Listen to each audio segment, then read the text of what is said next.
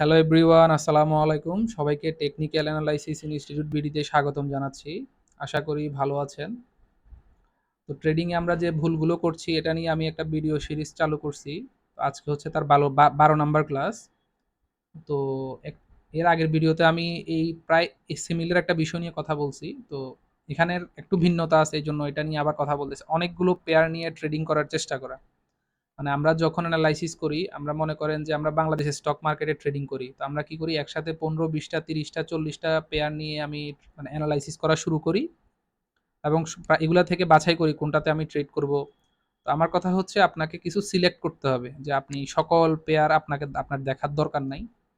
আপনাকে দেখতে হবে মার্কেটে কোন পেয়ারগুলো ভালো মুভমেন্ট দিচ্ছে। এই ধরনের ৫ থেকে ১০ টা শেয়ার আপনি এনালাইসিস করে রাখবেন। ওগুলো থেকে ট্রেডিং করার চেষ্টা করবেন। মানে অনেকগুলো পেয়ার নিয়ে ট্রেডিং না করা আরকি। যেমন যারা ফরেক্সে ট্রেডিং করে, তারা কি করে গোল্ড থেকে শুরু করে মেজর কারেন্সি থেকে শুরু করে মেজর কারেন্সি ছাড়া যে কারেন্সিগুলো আছে এগুলো থেকে শুরু করে ইউএস অয়েল থেকে শুরু মানে ওরা সবগুলো চার্ট এনালাইসিস করবে এবং সব চার্ট এনালাইসিস করে সবগুলাতে ট্রেডিং প্ল্যান করার চেষ্টা করবে। আসলে এটা ঠিক না। আপনাকে কি করতে হবে, হয়তো ১ টা ২ টা ৩ টা আপনি এই ৩ টা পেয়ার যদি সিলেক্ট করে যদি ডেইলি ট্রেড প্ল্যান করতে পারেন, তা আপনার ট্রেডিং এ আপনি ১ টা বা ২ টার বেশি ট্রেড আপনি ডেইলি করবেন না। তাহলে কি হবে যে আপনার ট্রেডিং এর মধ্যে ইন দ্য লং রান আপনি ইমপ্রুভমেন্ট পাবেন। ঠিক আছে? তো এইজন্য অনেকগুলো পেয়ার নিয়ে ট্রেডিং না করে আপনি ১ম এ একটা পেয়ার নিয়ে শুরু করেন। একটা পেয়ারকে খুব ভালোভাবে এনালাইসিস করেন, ওই পেয়ারটার মুভমেন্টটা বুঝার চেষ্টা করেন। ওই পেয়ারে আপনি মনে করেন মাসে ৩ টা ৪ টা আপনি ট্রেডিং করেন। ৩ টা ৪ টার মধ্যে ৩ টা ৪ টা প্রফিটেবল হওয়ার চেষ্টা করেন। দেখবেন যে আপনার ক্যাপিটাল নষ্ট হবে না। আপনার ক্যাপিটাল আস্তে, আস্তে ধীরে, ধীরে গ্রো করবে। ঠিক আছে? তো এজন্য আপনি যেকোনো ১ টা বা ২ টা পেয়ার নিয়ে ট্রেডিং করার চেষ্টা করেন বা ট্রেডিং শুরু করেন।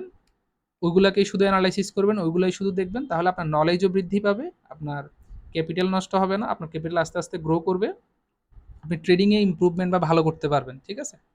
তো আজকের ভিডিও হচ্ছে এটাই, অনেকগুলো পেয়ার নিয়ে ট্রেডিং করার চেষ্টা না করা। আপনাকে সিলেক্টিভ আপনার পছন্দের ২ টা ৩ টা পেয়ার নিয়ে পড়ে থাকতে হবে। এগুলা আর যদি ইনভেস্টমেন্ট যেটা, ট্রেডিং একটা বিষয়, ইনভেস্টমেন্ট একটা বিষয়। আপনি যদি ইনভেস্টমেন্টের চিন্তা করেন, আপনি তখন অনেকগুলো পেয়ার আপনি বড়, বড় টাইম ফ্রেমে, weekly time frame, daily time frame analysis করে আপনি ইনভেস্ট করে দিলেন। ৬ মাস ১ বছর পর দেখা যাবে। সেটা হচ্ছে ভিন্ন বিষয়। বাট ট্রেডিং যখন আপনি ডে ট্রেডিং করবেন, ২-৩ দিনের জন্য ট্রেডিং করবেন, তখন আপনাকে অনেকগুলো পেয়ার নিয়ে ট্রেডিং না করা ভালো আপনার জন্য। তো পরবর্তী ভিডিও দেখার জন্য আমন্ত্রণ রইল। আসসালামু আলাইকুম।